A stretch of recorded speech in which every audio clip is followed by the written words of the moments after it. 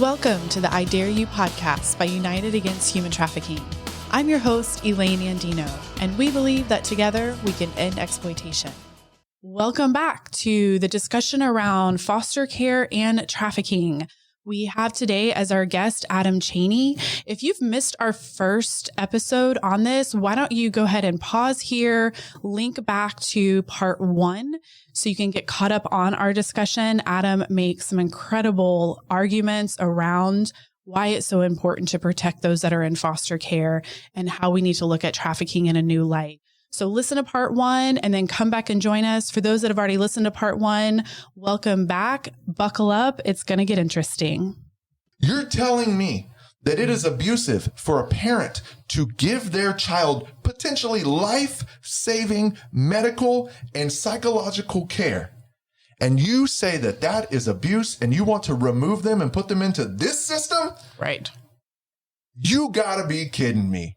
And they're already at so much risk to being trafficked regardless. And now we're literally putting them in the river of supply for trafficking. That, and not to mention they're all on the verge of suicide. Right. And now they're being taken away from their support system and their family. Who love them. Who care for them. And are trying to figure out the best ways to help them navigate life. Right. Politics. It's so hard to understand. It is so hard to understand. And, I would love to live in a world where we could have a podcast and wrap all this up and come up with solutions. But it's not. Go vote. Right. That's part of it. Absolutely. I'm just saying. Yeah. Because here's the deal. Or go get a law degree. Because don't start a nonprofit. I'm looking at the camera. Please don't start a nonprofit. Don't start a nonprofit. We got you covered. Go get a law degree.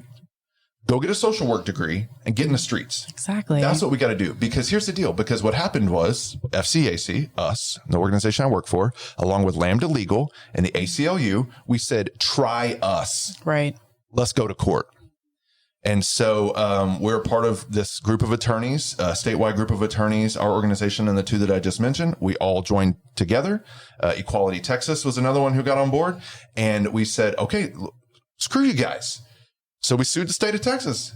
We sued the agency, Kim Paxton. We said, no, you cannot do this. Get in front of a judge. A judge puts a stay on it. So it's still kind of in because people ask all the time, like, well, are parents still being investigated for affirming care to trans youth? And the answer is sort of.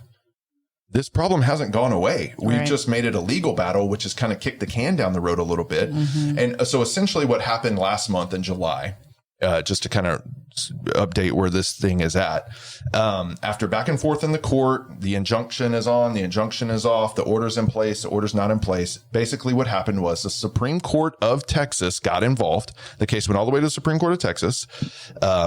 This one family. Anyways, I don't need to get into all the legal details. The case ends up before the Supreme Court of Texas, and the Supreme Court of Texas, remarkably, says that the governor does not have the authority to issue this investigation into families.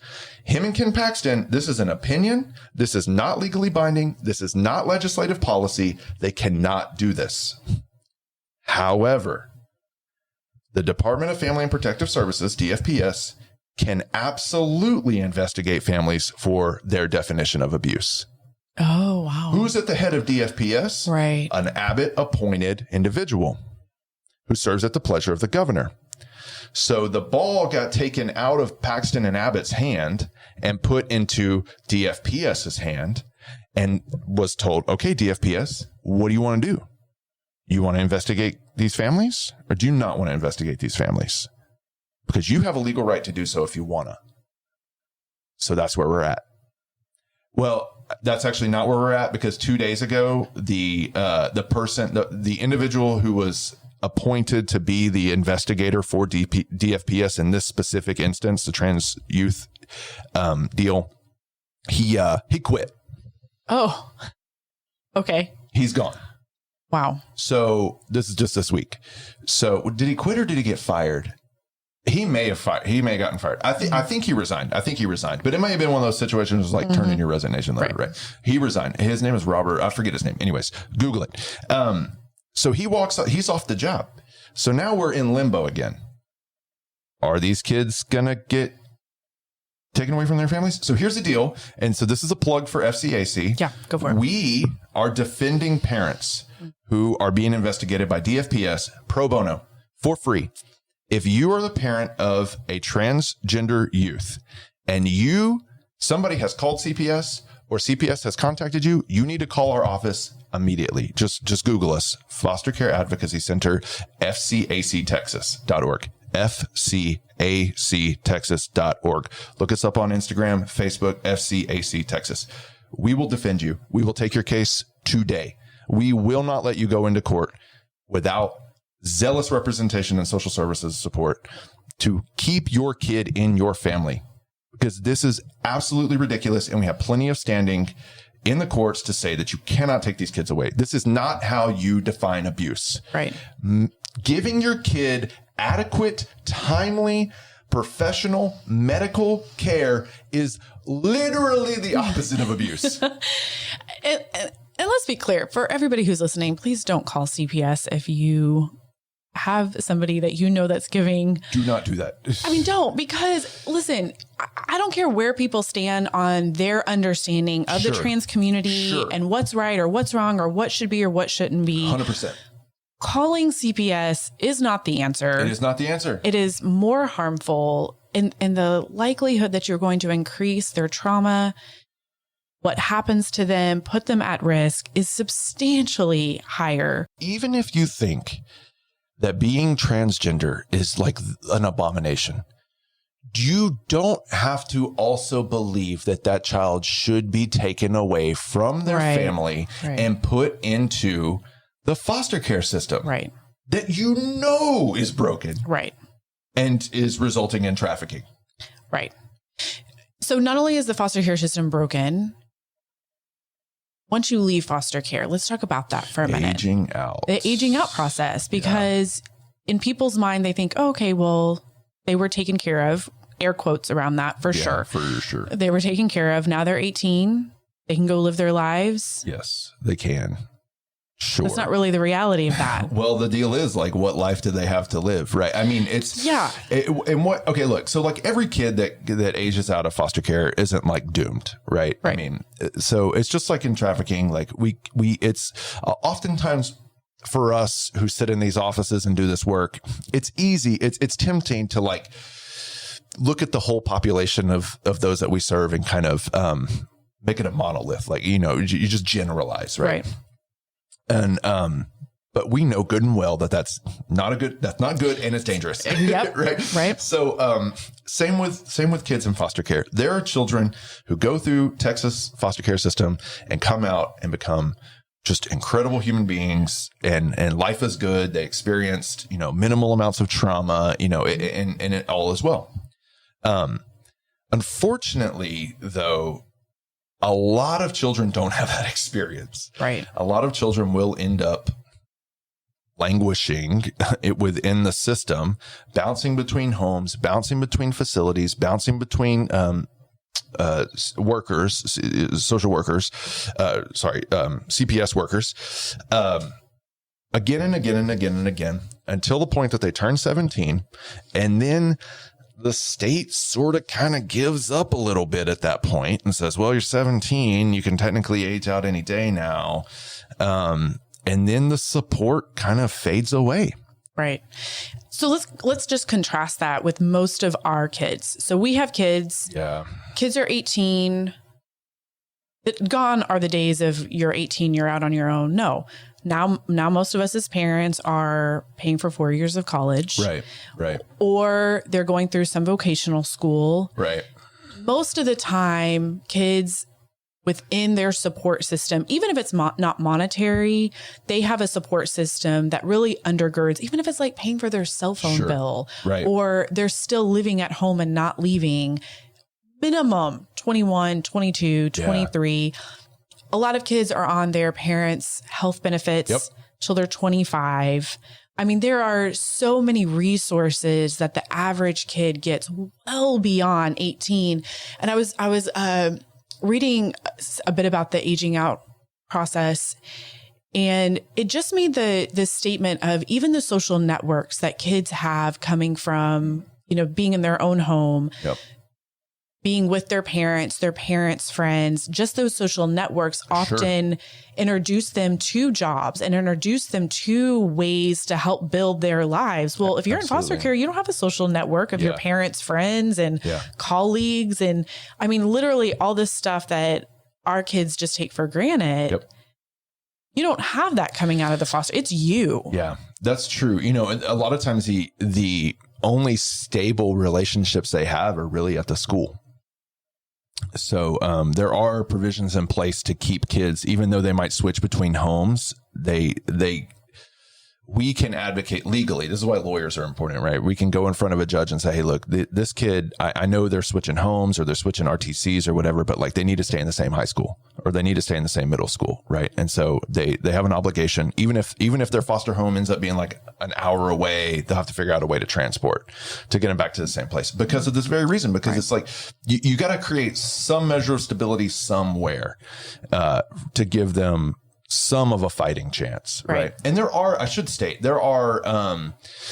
ways for aging out youth to remain, to keep receiving services and support from the state. You can actually stay in foster care after 18. Most don't. Why would you? You know, but there are ways to get continued care afterwards. And then there are tons of nonprofits, right? There are tons of agencies like Foster Care Advocacy Center. Well, our work stops when you're no longer our client, just because we're attorneys and that's just how it works. But there are plenty of other nonprofits that can help aging out youth with, you know, finding a job or stability or housing or, you know, direct cash or there's been a real advent of a lot of organizations nationwide really that have come onto the scene probably in the last 5 years or so for this very reason, to support aging out youth and to make sure that there's some stability there. Because a lot of the kids, when they come out, they not only we call them dual status kids, they might have a juvenile justice case as well. Right. They might be navigating all sorts of, you know, legal, social issues that prevent them from getting a job or a license or, you know, whatever the case may be. And so just like all of us at the age of 18, we were all still stupid kids at that point too. Right. All of us, everyone. And we all needed help. We all needed the social networks to help us get a leg up. So, but there are agencies out there that can help with that. And this is why, you know, this is why we need good, stable foster care homes. Right. Not homes that are plucking babies out of the system to adopt later. Sure, that's fine. Go do that, whatever. But what we need is not homes that are fostering to adopt, but to foster. That is just a stable place where a kid can be safe and you become that support network as they age through the system or age out of the system. Now that's hard freaking work. Hard work. Because you got to watch kids come and go. You know, and the ideal scenario is you're fostering a kid in your home for 6 months and they get reunified and they go back to their home. Right. And that's hard. That is hard. But that is the greatest need in this work right there. Someone who's willing to do that hard work. Yeah, it really is. Okay. I just have this one quote that I really want to read. And then we can start wrapping up because I feel like you and I could go on about this all day forever. Long. Right. Okay, so this is a quote that I found on the foster care to trafficking pipeline. It's actually from somebody who went through the foster care system and then was trafficked. So this person named T said, foster care was the perfect training ground for a life of trafficking. Because it was in foster care throughout my 14 plus different placements where I first internalized the duality of being cared for and being raped. It was in foster care where I realized I was tied to a paycheck. Heart-wrenching and yet so incredibly true and common. What the line that got me, I realized I was tied to a paycheck. Right, that's what got me. So here's the deal, man. That is legit. It is. So if you become a foster parent, or, you know, a state regulated facility, like I was talking about earlier, you do literally get a paycheck for that child. There are 4 different levels. Kids are categorized by their level of need, and that's health and psychological need. So you could be a level 1 kid, which is pretty right way. I was going to say easy. Easy is not the right word here. But, you know, you have level 1, which doesn't need as much care and support, all the way to level 4, which is like extreme and intense. Now, in the state of Texas, those levels have a price tag. And if you are caring for that kid, that the dollar amount on that check goes up depending on what level that kid is at. Which makes sense because care requires money.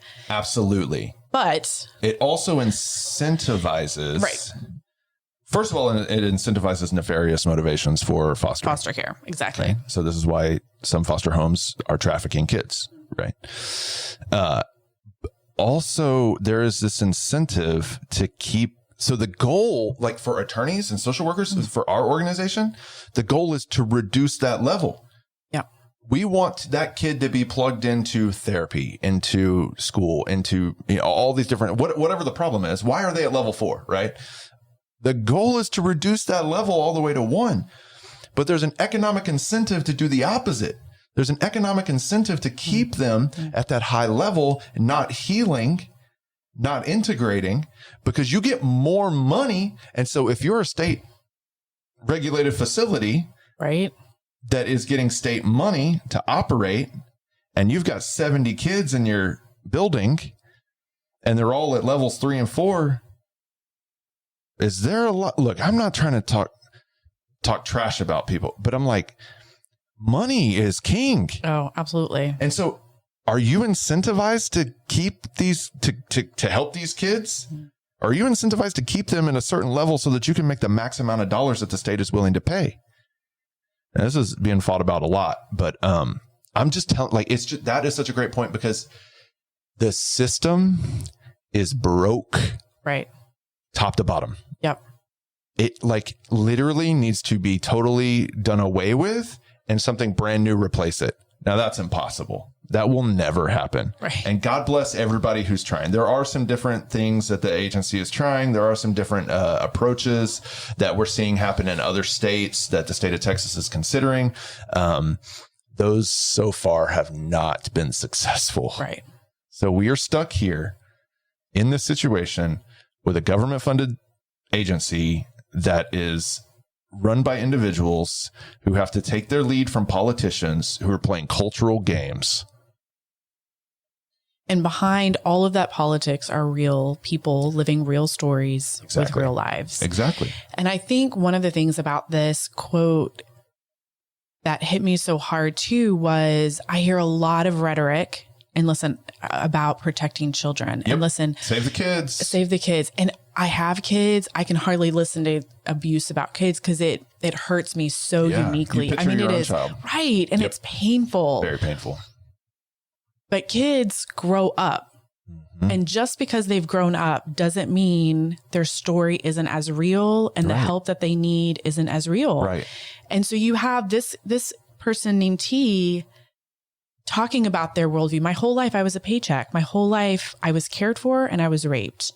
So to be on the streets and being cared for by my pimp and being raped and then making money off of me, what do I know that's any different than that? That is life. That is life. So when we see somebody, we can make all kinds of judgments when we see an adult in front of us. Great point. Yeah. And we can decide, man, they're just doing that because they want to do that. Or we don't have compassion because we're not seeing the defenseless child in their eyes anymore. We're seeing the hardened adult that has never been cared for. Right.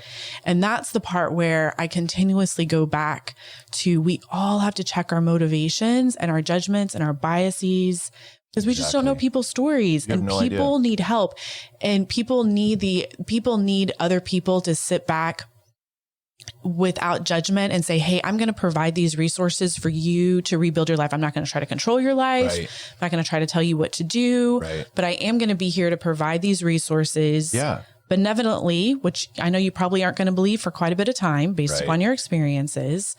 And hey, if you take it, awesome. And you rebuild your life, awesome. If you don't, if you stumble through 15 times, fine.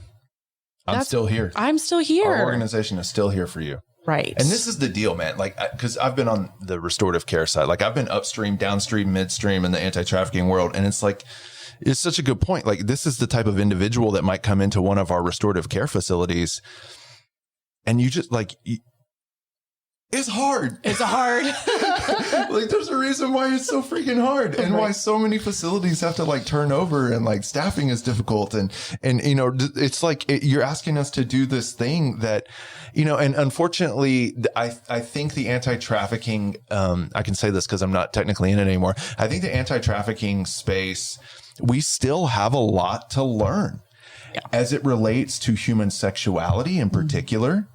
These individuals have had their sexuality taken from them. They have had their sexuality turned into something that they didn't necessarily do out of their own consent. We know that they didn't have their consent, or like they're, you know, but we have a long road to walk before we understand how to best care for these individuals. And we need professionals who have real degrees and training in these areas to take care of these individuals. And it can't just be good, meaningful folks who are willing to like sleep in the bedroom next door and do and read books with them.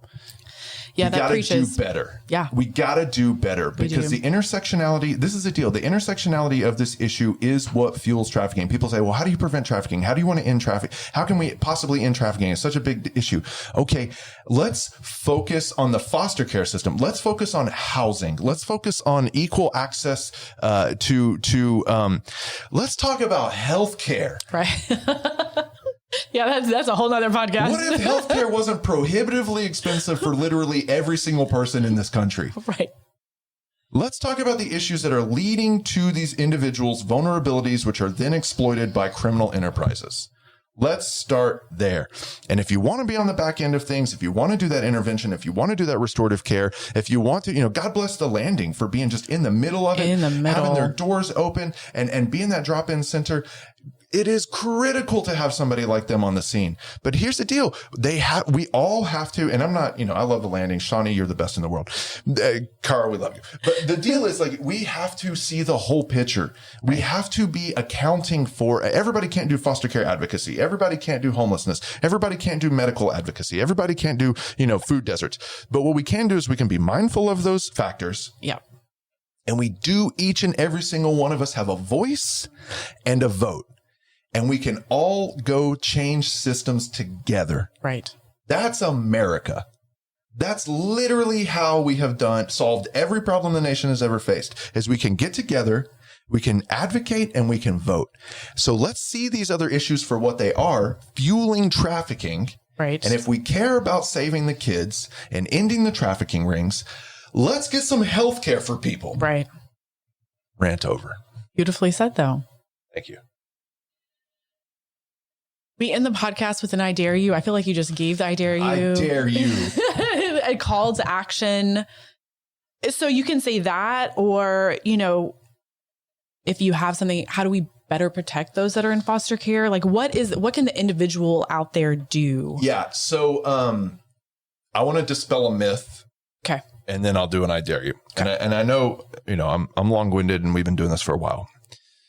First of all, people need to understand that the vast majority of kids in foster care have not been removed from their family because of some egregious abuse.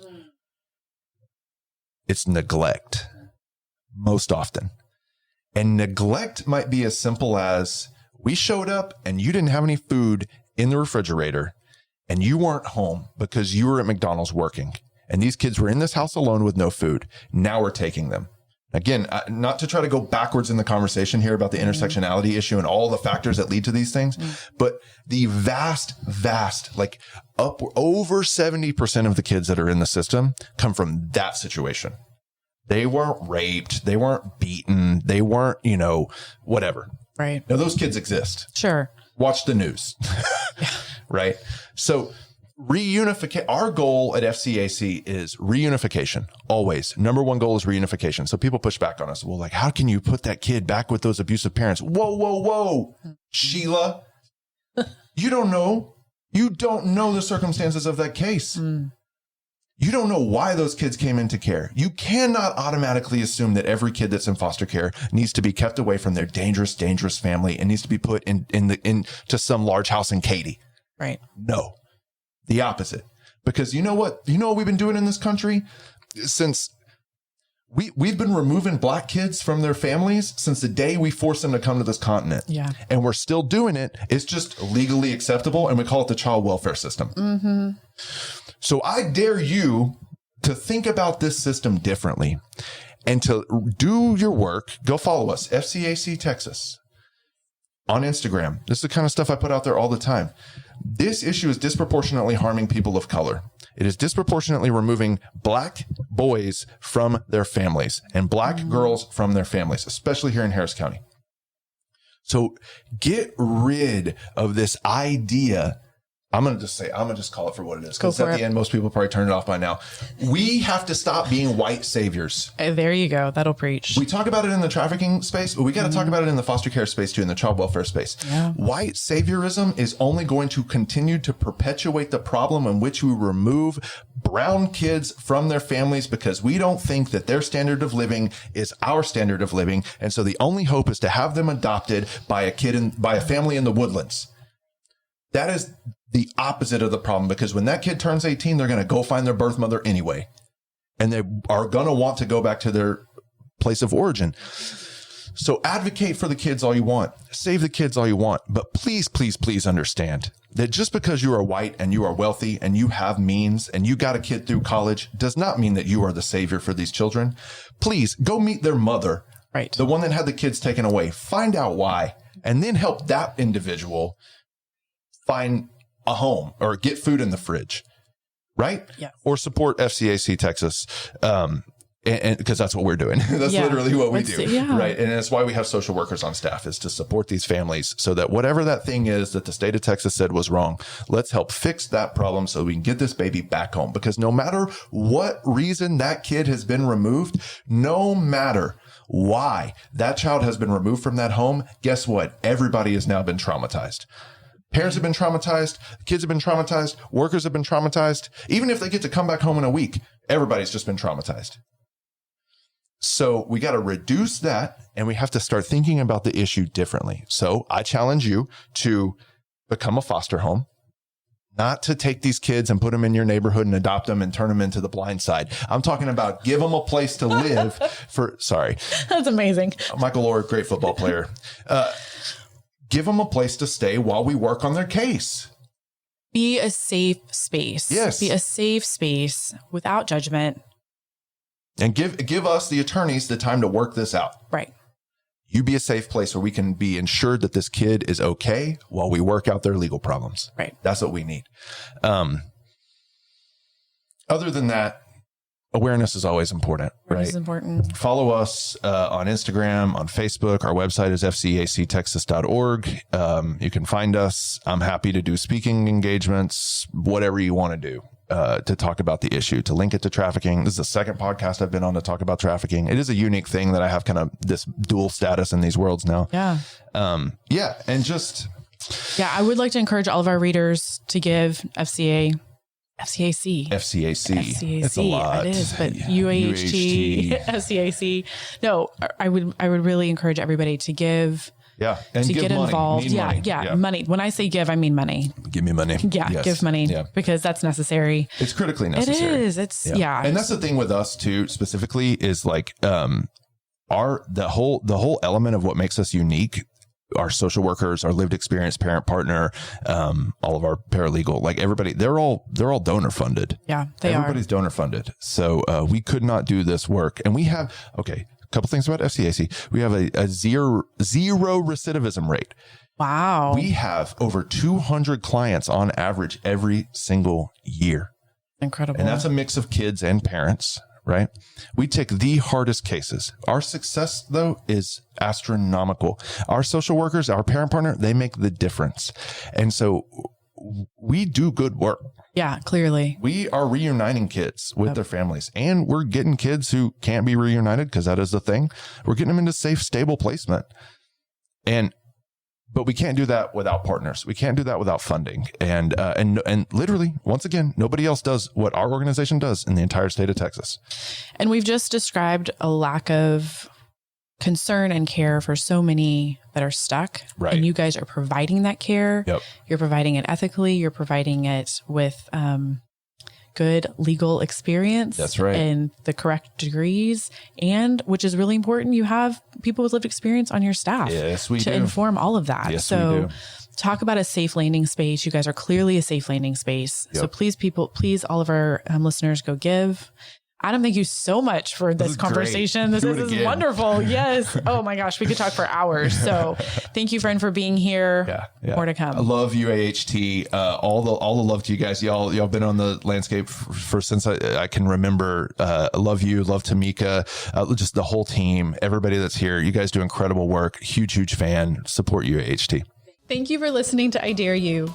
We'd love to hear from you, and if you've completed one of our dares, or have a suggestion for future episodes, or just want to learn how to further engage in ending trafficking. You can find us on all major social media platforms, or feel free to shoot us an email at podcast@uaht.org.